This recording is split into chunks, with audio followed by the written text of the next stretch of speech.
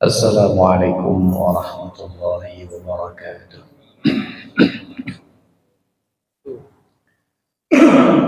Alhamdulillahi rabbil alamin. Wa bihi nasta'inu ala umuri dunya waddin. Wassalatu wassalamu ala ashrafil anbiya'i wa sayyidil mursalin. Sayyidina wa maulana wa habibina wa syafi'ina wa qurrati a'yunina Muhammadin wa ala alihi wa sahbihi wa man tabi'ahum bi ihsanin ila yaumiddin. Amma ba'du. Kaum muslimin, jamaah, bapak-bapak, ibu-ibu, hadirin sekalian yang saya hormati rahimakumullah. Alhamdulillah, puji dan syukur kehadirat Allah Subhanahu wa taala.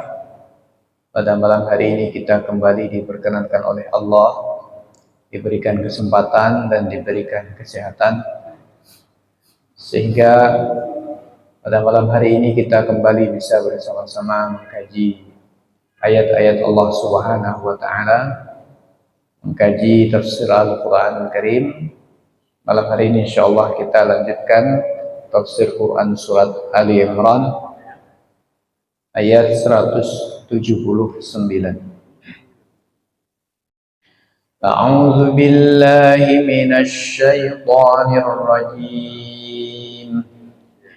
Bismillahirrahmanirrahim.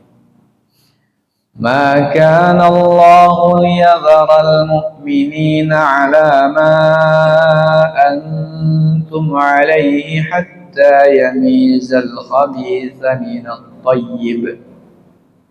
Wa ma kana Allahu liyuṭli'akum 'ala al-ghaibi walakinna Allaha yajtabi min rusulihi man yasha'. فآمنوا بالله ورسله وإن تؤمنوا وتتقوا فلكم أجر عظيم ولا يحسبن الذين يبخلون بما آتاهم الله من فضله هو خيرا لهم بل هو شر لهم سيطوقون ما بخلوا به يوم القيامة ولله ميراث السماوات والأرض والله بما تعملون خبير. اللهم ارحمنا بالقرآن. ما كان الله ليذر المؤمنين. Tidaklah Allah akan membiarkan kaum mukminin ala ma antum alaihi, di atas kondisi atau keberadaan yang kalian semua artinya kalian semua yang waktu itu hidup di Madinah, waktu itu hidup dalam naungan kekuasaan Nabi Shallallahu Alaihi Wasallam, di mana pada waktu itu ada mukmin, ada pula munafik. Tidaklah Allah akan membiarkan kaum mukminin di atas kondisi yang kalian semua di atasnya, hatta yamizal khabitha minat tayyib, hingga Allah memisahkan atau membedakan al-khabitha yang kotor atau yang busuk minat tayyibi dari yang baik.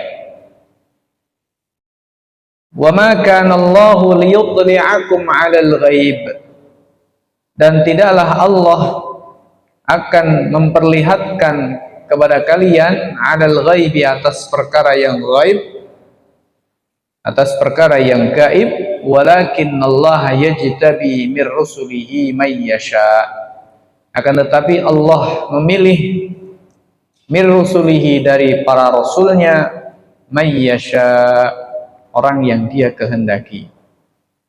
Fa'aminu billahi wa rusulih, maka berimanlah kalian semua kepada Allah wa rusulihi, dan para rasul Allah. Wa in tu'minu, dan jika kalian beriman, wa tattaqu, dan kalian bertakwa, falakum ajrun azim, maka bagi kalian pahala yang sangat besar. Kaum muslimin jamaah Bapak Ibu yang saya hormati rahimakumullah, ayat 179 ini kembali Allah Subhanahu wa taala berbicara tentang musibah yang menimpa kaum muslimin pada perang Uhud, yakni yakni kekalahan dalam perang Uhud. Apa hikmahnya yang bermanfaat bagi kaum muslimin, bagi kaum mukminin di dunia maupun di akhirat? Hikmah dari kekalahan di dalam perang Uhud. Pada ayat sebelumnya, yakni ayat yang membicarakan tentang peperangan dalam kekalahan dalam perang Uhud, Allah mengatakan, wa ma asabakum yaumal taqal jam'ani fa bi idznillah wa liya'lamal mu'minin. Dan tidaklah menimpa wa ma asabakum, dan apa yang menimpa kalian yaumal taqal jam'an, pada hari berjumpanya atau bertemunya dua pasukan, ini pasukan kaum muslimin dan pasukan Quraisy di Bukit Uhud, dan kaum muslimin mengalami kekalahan, fa bi idznillah, maka itu adalah karena izin Allah, artinya sudah menjadi ketetapan Allah. Waliya'lamal mu'minin, dan agar Allah Subhanahu wa taala membuktikan siapa di antara mereka yang benar-benar beriman. Nah, di dalam ayat itu Allah mengatakan hikmahnya adalah waliya'lamal mu'minin, agar Allah membuktikan siapa yang benar-benar beriman. Waliya'lamal ladzina nafaqu, dan Allah agar juga membuktikan siapa yang munafik. Sehingga dengan kekalahan dalam perang Uhud itu, masyarakat yang hidup di Madinah menjadi nampak mana yang beriman dengan keimanan yang sesungguhnya dan mana yang mereka itu munafik. Nah, di sini di ayat 179 Allah mengatakan, makana Allahu liyadharal mu'minina ala ma antum alaihi. Allah tidak akan membiarkan kaum mukminin berada dalam kondisi di mana kalian semua itu, wahai manusia yang hidup di Madinah pada zaman itu, di mana di zaman itu, di waktu di Madinah, ya ada orang-orang munafik, ada pula orang-orang yang beriman. Baik munafik dari kalangan bangsa Arab, dari kalangan orang-orang Madinah, ataupun munafik dari kalangan ahli kitab, yakni orang-orang Yahudi yang ada dan hidup berdampingan, tunduk di bawah kekuasaan Nabi Shallallahu Alaihi Wasallam, yang mereka sebagiannya ada yang masuk Islam dengan pura-pura alias munafik.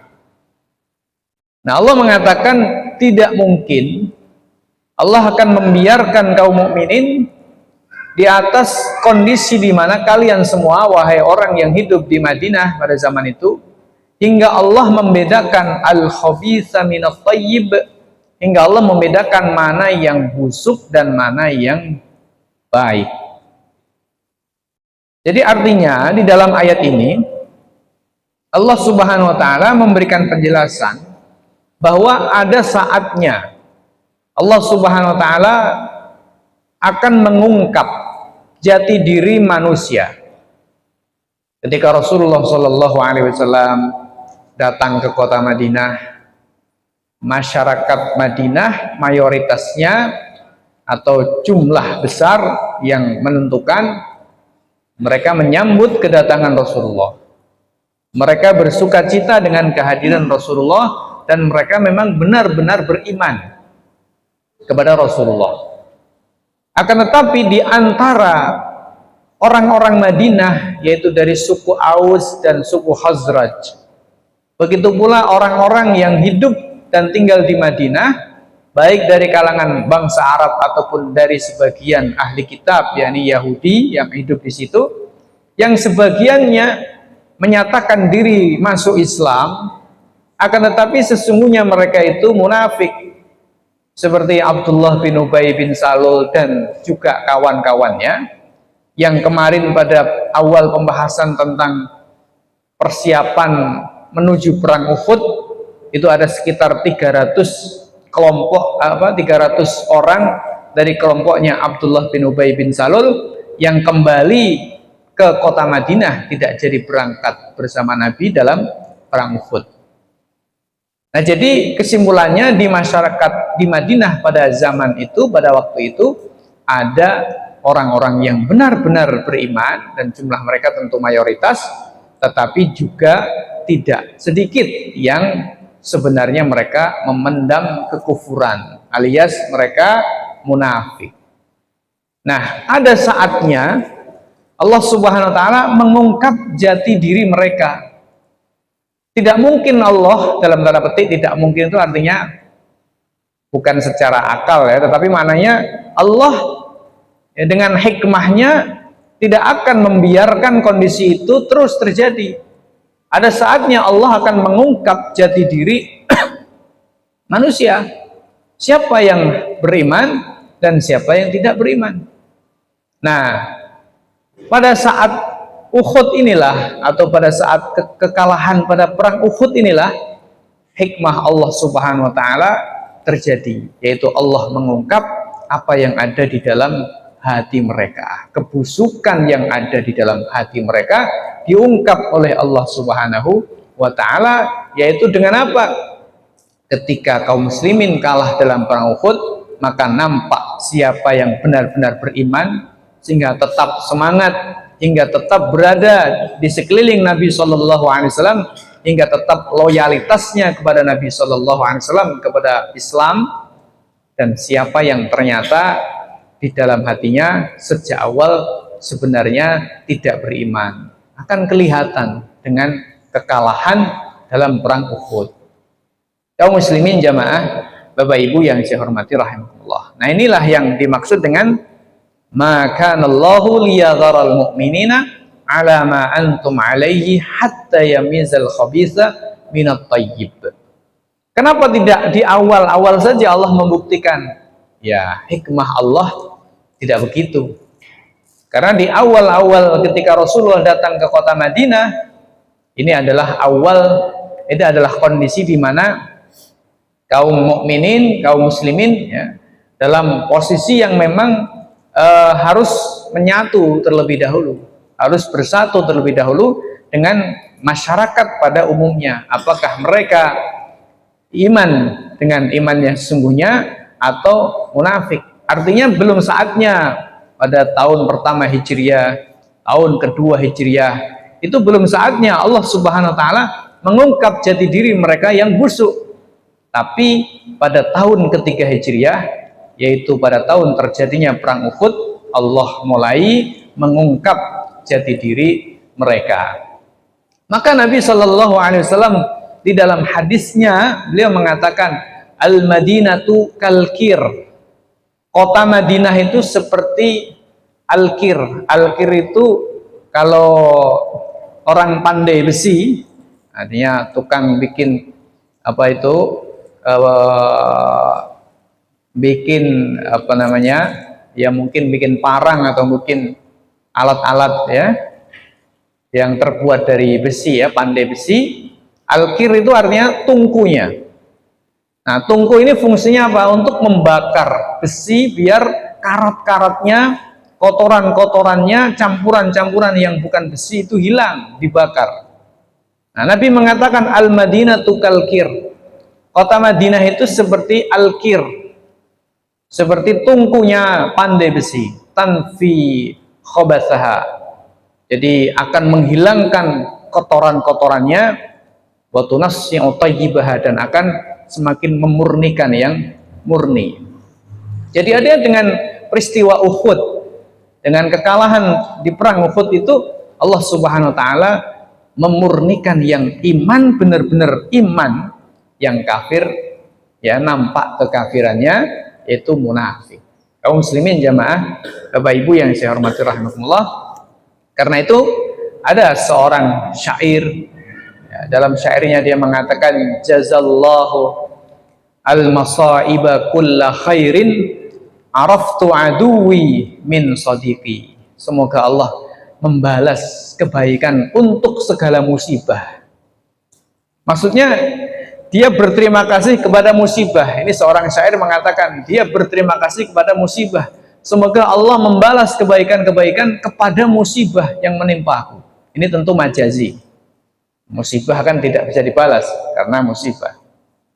Kenapa dia berterima kasih kepada Allah atas musibah yang menimpanya? Nah, dia melanjutkan, araftu aduwi min sadiqi. Dengan adanya musibah, aku tahu siapa musuhku, siapa kawanku. Nah, Bapak Ibu yang saya hormati rahimahullah. Jadi kalau kita ambil spirit atau kita ambil makna umum dari ayat ini, Allah Subhanahu wa taala memberikan penjelasan kepada kita bahwa di dunia ini Allah Subhanahu wa taala tidak akan membiarkan bercampur sehingga tidak bisa dibedakan antara hak dan batil. Tidak. Sebaliknya Allah akan senantiasa melakukan, bahasa kita mungkin filterisasi. Yang ini mungkin bahasa ini pilihan bahasa saya, bisa jadi salah. Jadi mungkin filterisasi. Mana yang benar-benar beriman dan mana yang hakikatnya hatinya busuk.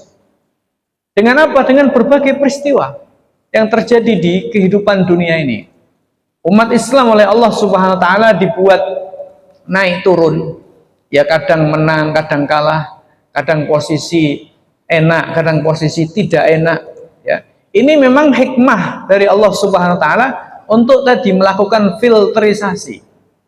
Maka Allah liyadharal mu'minina 'ala ma antum 'alaihi hatta yamizal khabitha minat thayyib. Tujuannya biar kelihatan siapa yang munafik, siapa yang benar-benar beriman. Berbagai peristiwa. Ya, kalau kita perhatikan dunia, kita perhatikan umat manusia, maka akan ada peristiwa-peristiwa, akan ada kejadian-kejadian, akan ada berbagai problem kehidupan, entah itu sosial budaya, entah itu politik, entah itu yang lain, ya, yang kemudian akan menampakkan jati diri manusia. Siapa mereka yang hakikatnya benar-benar beriman, atau mereka itu sesungguhnya adalah orang yang mencari keuntungan. Kalau bahasa lainnya kira-kira seperti itu.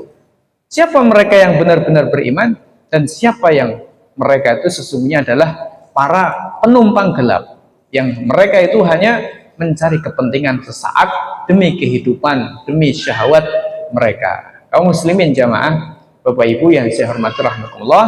Jadi ayat ini memberikan penjelasan kepada kita bahwa peristiwa-peristiwa yang terjadi dalam kehidupan umat manusia, baik sebagai individu ataupun sebagai jamaah. Jamaah ini artinya sebagai sebuah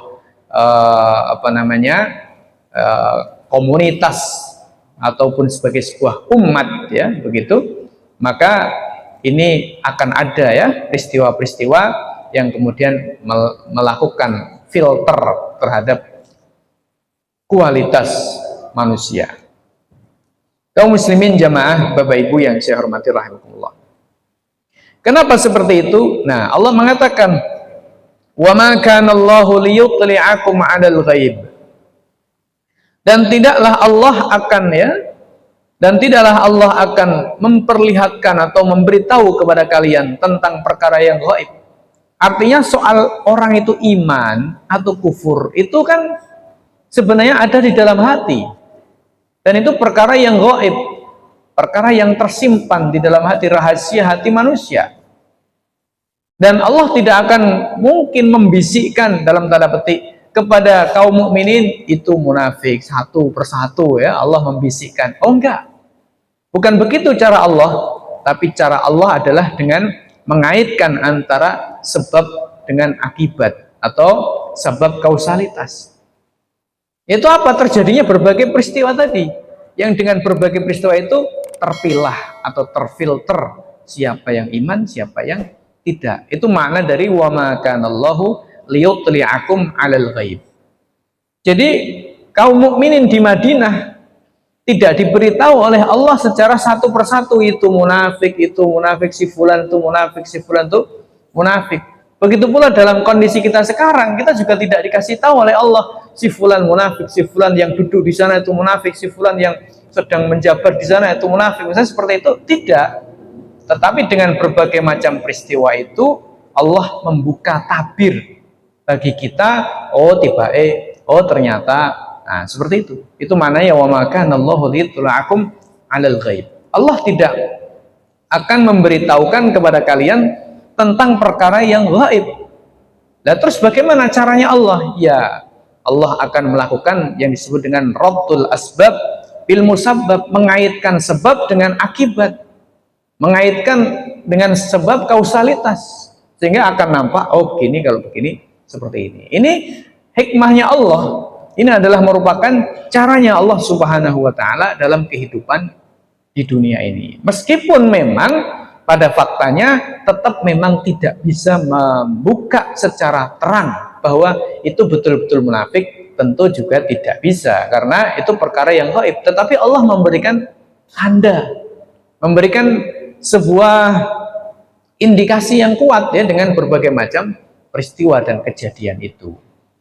Oleh karena itu, maka kalau dalam konteks Madinah ada orang-orang munafik ya, yang bahasanya sudah rahasia umum itu adalah munafik, tapi tetap saja tidak ada pernyataan secara resmi ya, tidak ada pernyataan secara resmi dari Allah bahwa itu munafik. Itu tidak pernah ada memang, tapi dengan peristiwa-peristiwa sampai yang disebut dengan Abdullah bin Ubay bin Salul gitu ya. Ini adalah orang spesifik yang memang secara langsung Allah Subhanahu wa Ta'ala menjelaskan kemunafikannya. Yaitu ketika Abdullah bin Ubay mati. Ya, Abdullah bin Ubay ini mati. Nah, kebetulan anaknya Abdullah bin Ubay ini sahabat Nabi SAW dan betul-betul beriman kepada Nabi. Dia minta kepada Nabi, wahai Rasulullah, tolong sholatkan ayah saya. Begitu. Nah, ketika itu Rasulullah hampir mau menyolatkan, lalu kemudian dicegah oleh Allah, dilarang oleh Allah ya. Tidak boleh menyolatkan orang yang munafik ya. Allah Subhanahu wa Ta'ala melarang Rasul Shallallahu Alaihi Wasallam di dalam ayatnya. Nah, sehingga secara spesifik Abdullah bin Ubay bin Salul ini dicap sebagai munafik berdasarkan ayat tersebut.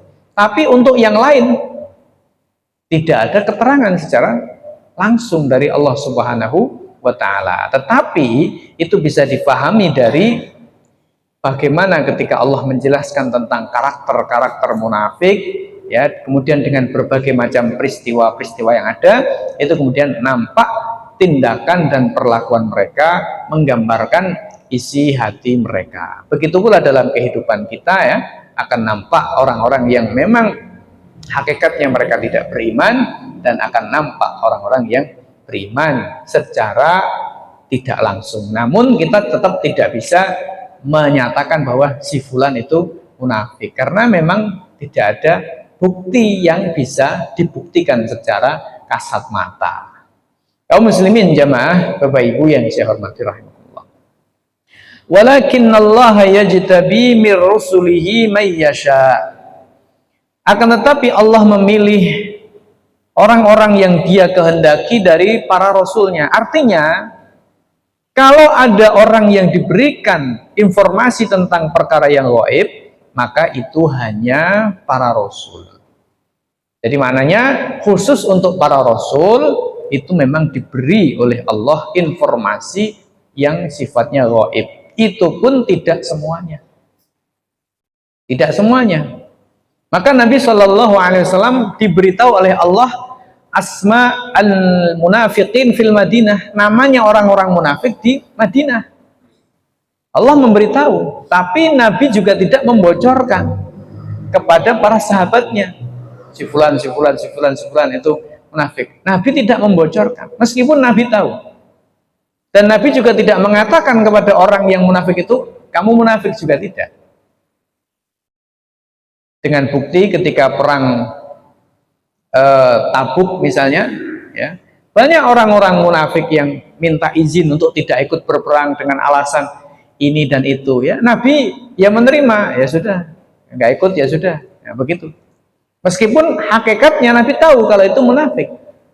Sebaliknya ada juga orang-orang beriman yang minta izin untuk tidak ikut berperang karena alasan yang memang bisa diterima oleh syariat Allah Subhanahu wa taala, diizinkan oleh Nabi.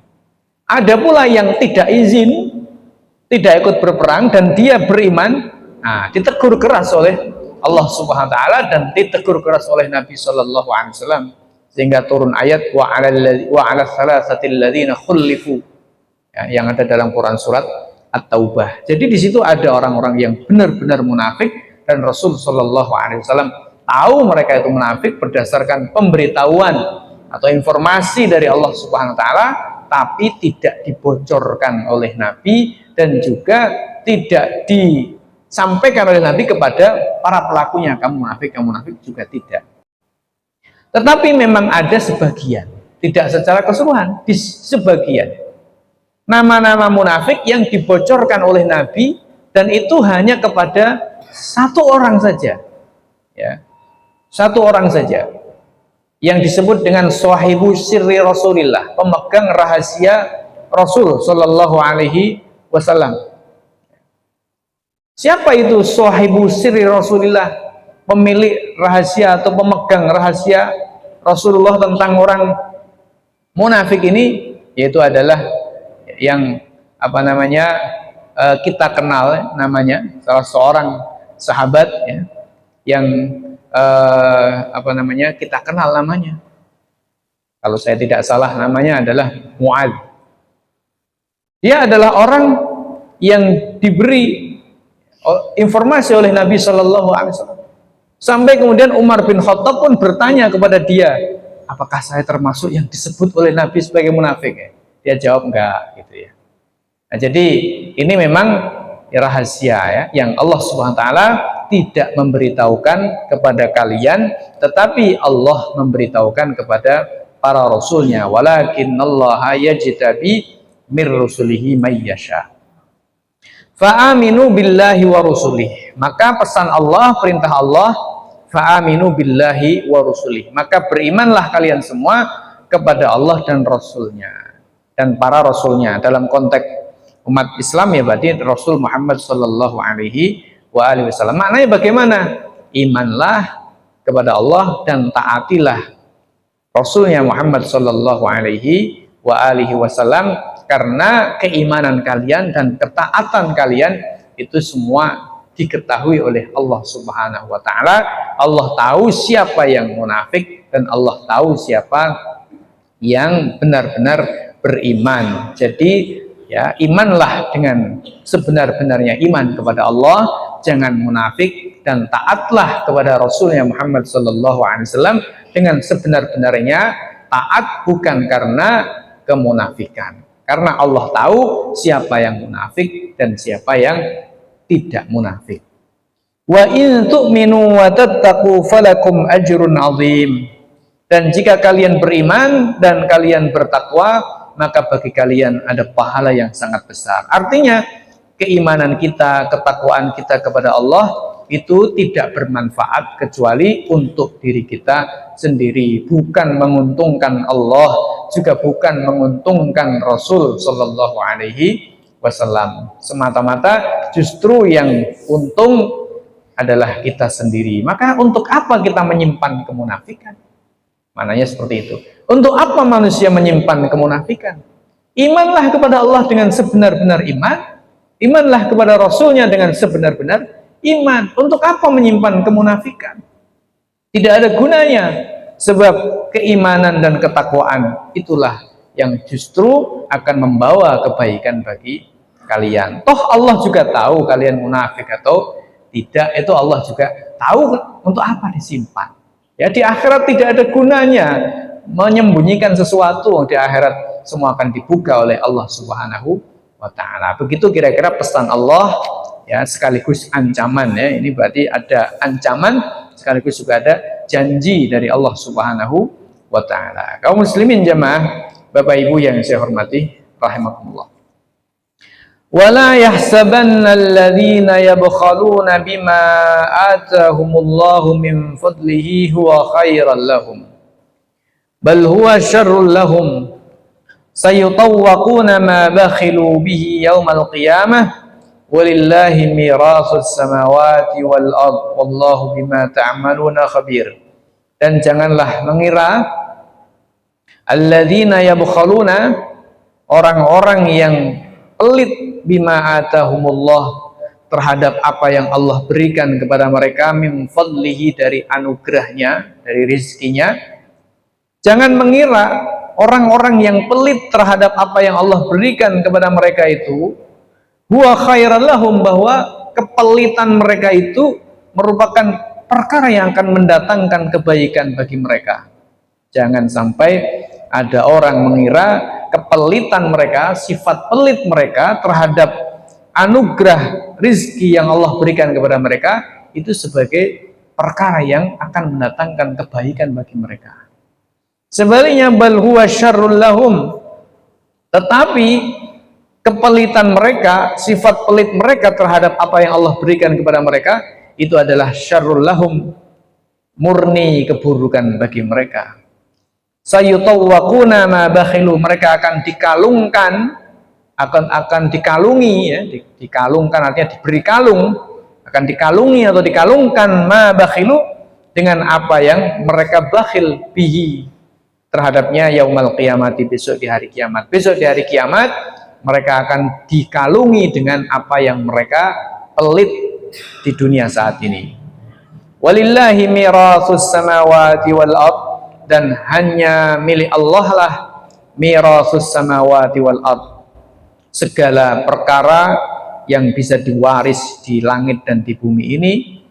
Wallahu bima ta'maluna khabir, dan Allah bima ta'maluna, terhadap apa yang kalian kerjakan, khabirun, zat yang maha mengetahui atau maha mengawasi, maha melihat. Kaum muslimin jamaah, Bapak Ibu yang saya hormati rahimakumullah, ayat 180 ini adalah ayat yang mengancam mereka yang tidak mau menunaikan kewajiban Allah terkait dengan harta. Nah, siapakah mereka itu? Di antara mereka yang tidak mau menunaikan kewajiban harta atas mereka yang ditetapkan oleh Allah Subhanahu wa taala adalah orang-orang munafik. Orang-orang munafik ini pelit, tidak mau menunaikan hak harta mereka, dan bahkan mereka memerintahkan manusia untuk pelit. Sebagaimana dalam Quran surat An-Nisa Allah mengatakan, alladzina yabkhaluna wa ya'muruna an-nasa bil bukhli. Mereka orang-orang yang pelit terhadap harta mereka, wa ya'muruna an-nasa bil bukhli, dan memerintahkan manusia untuk pelit. Bahkan mereka mengatakan la tunfiqu ala man 'inda Rasulillah, jangan kasih biaya, jangan kasih harta orang-orang yang ikut bersama Muhammad, kata mereka. Jadi ayat ini secara spesifik berbicara tentang orang-orang munafik yang mereka salah satu sifatnya pelit terhadap harta mereka, tidak mau menunaikan harta hak ya atau kewajiban harta mereka. Allah mengancam kepada mereka jangan sampai mereka mengira tindakan pelit seperti itu adalah kebaikan bagi mereka. Sebaliknya itu keburukan bagi mereka. Kelak di hari kiamat akan dikalungi mereka dengan apa yang mereka pelit di dunia saat ini. Kaum muslimin jamaah, Bapak Ibu yang saya hormati rahimakumullah. Nah, kalau kita mengambil ayat ini dari yang dalam bahasa usul fikih disebut dengan fahwal khitab, artinya dari makna apa adanya ya, makna umum yang terkandung di dalam ayat ini, maka orang-orang yang tidak mau membayar zakat padahal dia sudah wajib zakat, ini termasuk terkena atau terjerat, ya kalau bahasa undang-undang, terjerat ayat ini, terjerat pasal ini, yaitu pasal alladzina yabkhaluna bima atahumullah min fadlih, orang yang pelit terhadap apa yang Allah berikan kepada mereka. Oleh karena itu maka zakat itu disebut-sebut oleh Allah dengan bahasa sedekah juga. Selain disebut dengan zakat, Allah juga menyebut sedekah. Khudz min amwalihim shadaqatan, ambillah dari sebagian harta mereka wahai Muhammad shadaqatan, sedekah maknanya zakat. Kenapa sedekah zakat disebut dengan sedekah? Ya, sedekah diambil dari kata sidqun, maknanya jujur, benar. Sehingga maknanya zakat itu tadullu ala sidqi fa'ilihi, tadullu ala sidqi imani fa'ilihi, menunjukkan atas kejujuran atau kebenaran imannya orang yang melakukan. Sehingga maknanya termasuk sifat munafik itu adalah pelit terhadap harta dalam menunaikan kewajiban. Jadi kalau menunaikan kewajiban harta, zakat, dan yang semacamnya itu pelit. Padahal kalau diminta untuk kegiatan seperti misalnya ada dangdutan misalnya seperti itu, ini ada upacara seperti ini, ada perayaan seperti ini, dia nyumbang besar. Tapi giliran suruh zakat berat dia, giliran suruh infak ya berat dia, begitu. Padahal dia hambur-hamburkan hartanya untuk ini, untuk itu, untuk kegiatan yang tidak jelas manfaatnya di dunia, apalagi di akhirat ya. Tapi giliran disuruh zakat berat. Nah ini tandanya munafik. Oleh karena itu maka zakat disebut dengan shadaqah, tadullu ala sidqi imani fa'ilihi, menunjukkan pada jujurnya atau benarnya iman orang yang melakukan zakat tersebut. Kaum muslimin jamaah, Bapak Ibu yang saya hormati rahimakumullah. Jadi ayat ini mengancam mereka yang tidak mau zakat. Sayutawwaquna ma bakhilu bihi yaumal qiyamah. Mereka akan dikalungi dengan apa yang mereka pelit di dunia.